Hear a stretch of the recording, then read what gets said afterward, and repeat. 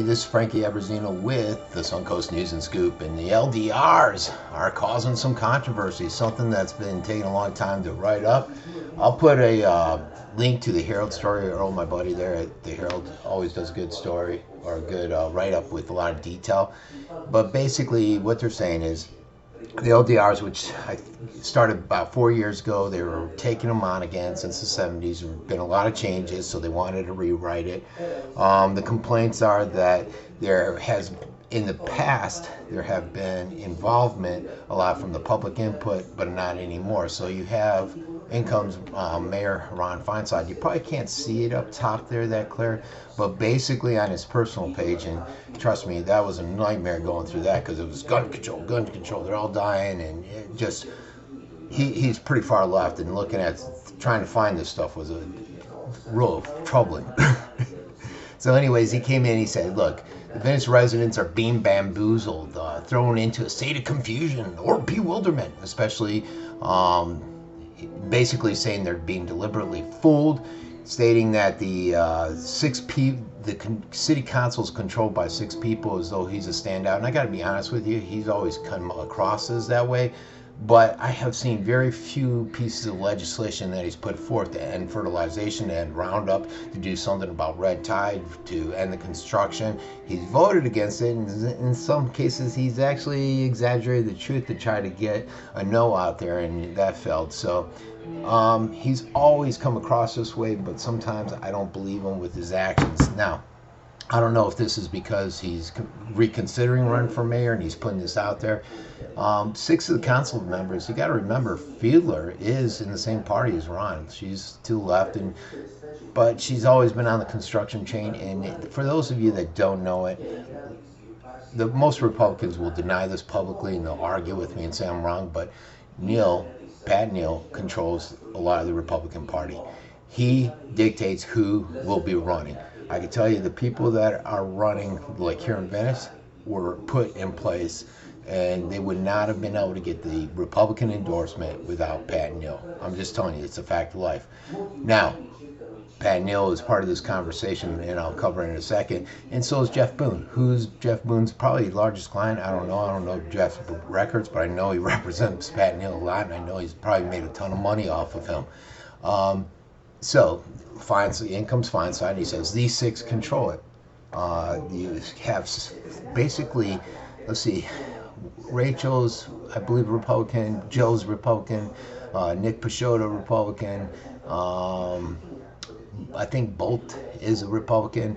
So basically, everyone's a Republican except for Fiedler and Mayor Feinside, and he's saying those 6 are controlling and disrupting it and allowing construction industry and to basically run over them. And yeah, I say construction because the LDRs revolve around new developments. As he puts the commercial space within PUDs isn't what you want. 50,000 square feet is one building plus more of smaller stores. The environmental issues that come up along there. Green building standards, he wants that whole green thing to go on, ample protection for endangered species. See, and I think he's exaggerating it because I'm telling you, when there's endangered species, everything stops and they have to review it.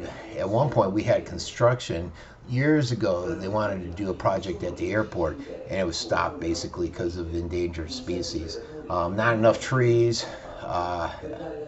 He goes on and on. The retention ponds, and I think unfortunately, I agree, I'm not for a lot of the, even though I just got my real estate license, I'm not for a lot of the construction, but guess what? A lot of it you can't stop. A lot of it, believe it or not, is dictated by the state.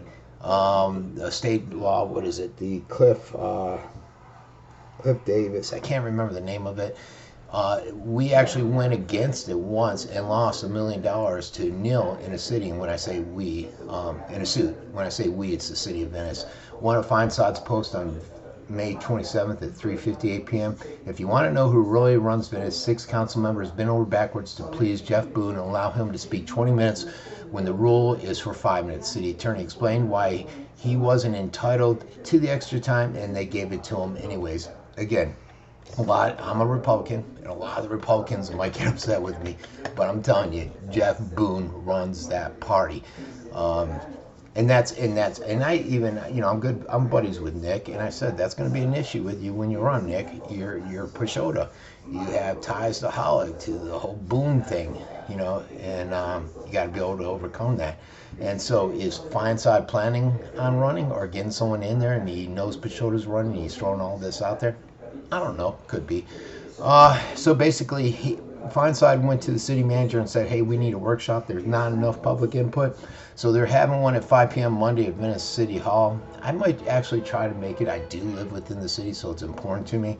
And just see what it's all about. And Earl points out the 3 biggest flashpoints that they're focused on right now with the LDRs is the height. And I think I posted something. There's a group out there fighting against the height issue. But it's the height, the history, a lot of the historical homes, and the PUD. The PUD revolves around Jack Rand area, one of Neil's homes. I think it's Lauren Jack Rand. I forget the area. I'll look at it in a second. And basically, he had 5% allocated towards building commercial space.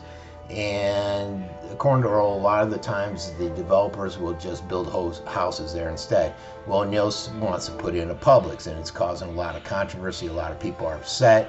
Back to Feinsod, he says he wants to follow the iconic John Nolan plan from back in the 1920s. And yeah, it is at Jack Rand and Laurel. He's saying that supermarket conflicts with it. And there is a version of the proposed rules, which I'll put on there. I'll also put a link to the Earl's article. He goes on to talk about the height. You can be 35 feet tall by the right, but an owner can apply for an additional 10 feet on conditional use, though under the proposed regulation, conditional use will be referred to as a height exception. Sorry, I can't speak. Currently, though, the 35 feet is measured by the top of the roof, excluding exempt add-ons, while the proposed code that would be measured to the highest point of the flat roof. So it all goes around there, and they're basically saying mathematically, if it worked out, you could get a building that's 54 feet tall, and that concerns a lot of the residents within the city of Venice. And then again, the 5% rule with that mall where Neil wants to put up a shopping, or not a shopping center, a Publix. I believe it's a Publix, if memory serves me right. He had a workshop back in January at the Venice Golf and River Club, and he showcased it. It's a supermarket. It is 47,240 square foot supermarket, 16,000 square feet for stores and casual eat-in restaurant. And they got up in arms, and if you don't know, that community is very politically active. I've been to a couple debates there, and they're a very active community. And this is when, LDR's wrote, and then it just goes into other stuff that Feinsod came out. He's questioning the Planning Commission, Barry Schneider, his 6 fellow commissioners, and their propensity to go whichever direction Neil wants to go in. He says basically they control it, the council, and he has no input. And let's see, what else is there?